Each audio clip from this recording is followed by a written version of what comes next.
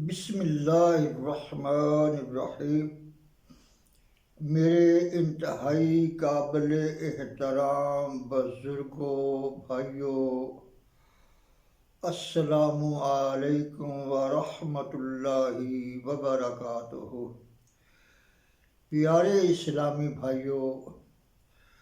اللہ تعالیٰ قرآن پاک میں ارشاد فرماتا ہے، ترجمہ آپ فرما دیں، اگر تمہارے باپ، تمہارے بیٹے، تمہارے بھائی،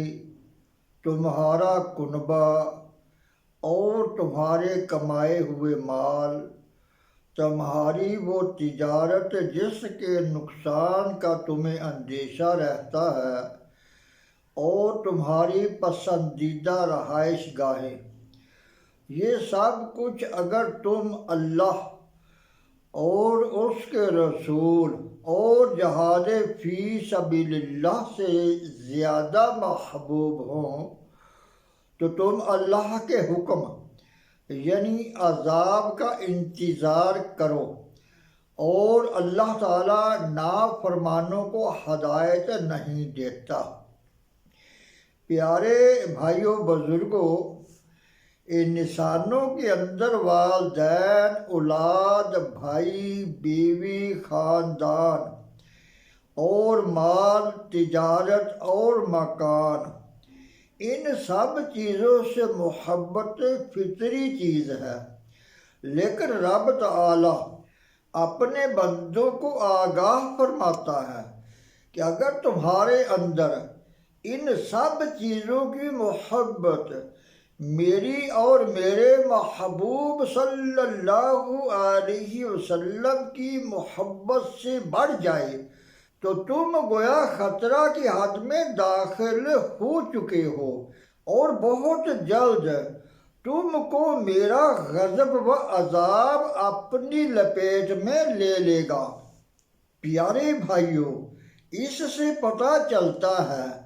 کہ ایک مومن کے لیے رسول اللہ صلی اللہ علیہ وسلم سے محبت نہ صرف یہ کہ فرض ہے، بلکہ سب سے قریبی رشتہ داروں اور سب سے قیمتی متاع پر مقدم ہے۔ خود رسول اللہ صلی اللہ علیہ وسلم نے فرمایا، تم میں کا کوئی اس وقت تک مومن نہیں ہو سکتا جب تک کہ میں اس کے نزدیک اس کا والد، اولاد اور تمام لوگوں سے محبوب نہ ہو جاؤں۔ پیارے بھائیوں اور بزرگوں، ایک روز حضرت عمر رضی اللہ تعالی عنہ نے رسول اللہ صلی اللہ علیہ وسلم سے عرض کیا، یا رسول اللہ صلی اللہ علیہ وسلم، آپ صلی اللہ علیہ وسلم میری جان کے علاوہ ہر چیز سے زیادہ محبوب ہے۔ تو نبی پاک صلی اللہ علیہ وسلم نے ارشاد فرمایا، تم میں سے کوئی مومن نہیں ہو سکتا جب تک میں اس کے نزدیک اس کی جان سے بھی زیادہ محبوب نہ ہو جاؤں۔ یہ سن کر حضرت عمر رضی اللہ تعالیٰ عنہ نے عرض کیا، اس ذات کی قسم جس نے آپ صلی اللہ علیہ وسلم پر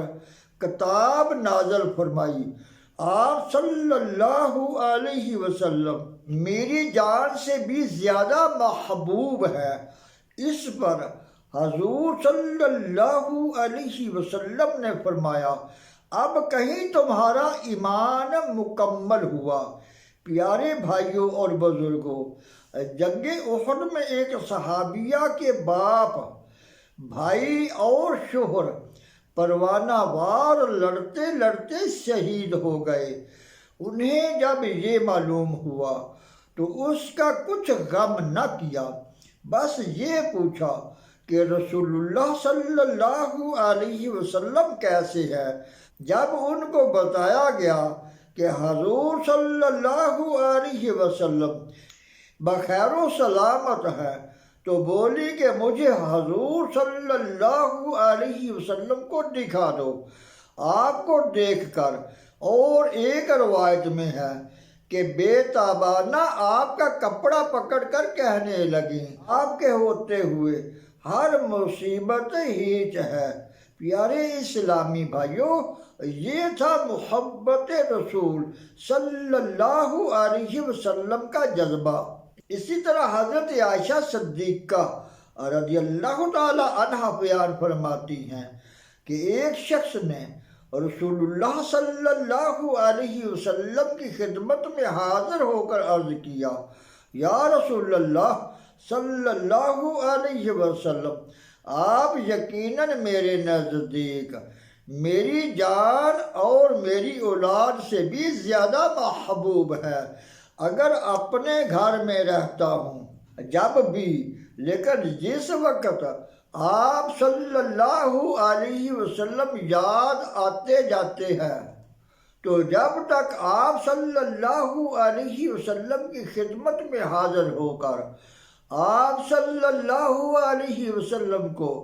دیکھ نہ لوں قرار نہیں آتا۔ لیکن اس دنیا سے رخصت ہونے کے بعد جنت میں داخل ہو کر آپ انبیاء کرام علیہ السلام کے ساتھ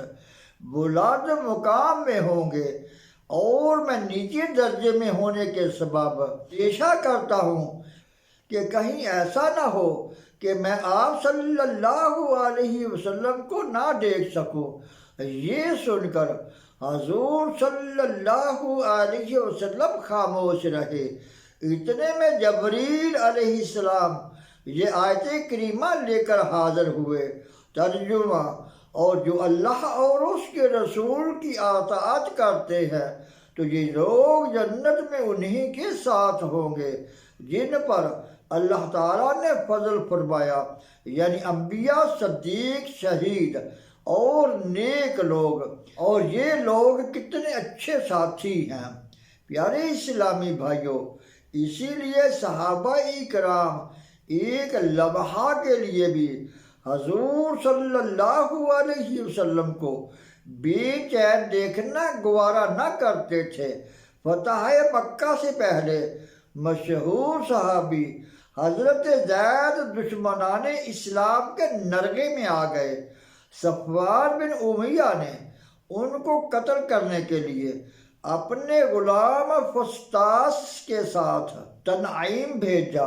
حضرت زید رضی اللہ تعالیٰ عنہ کو حدود حرم سے باہر لے جایا گیا تو ابو سفیان نے، جو ابھی اسلام نہ لائے تھے، ان سے پوچھا، زید، میں تم کو خدا کی قسم دے کر پوچھتا ہوں، کیا تم پسند کرتے ہو کہ اس وقت ہمارے پاس تمہاری جگہ محمد صلی اللہ علیہ وسلم ہوں اور ہم ان کو قتل کریں اور تم آرام و سکون سے اپنے اہل میں رہو؟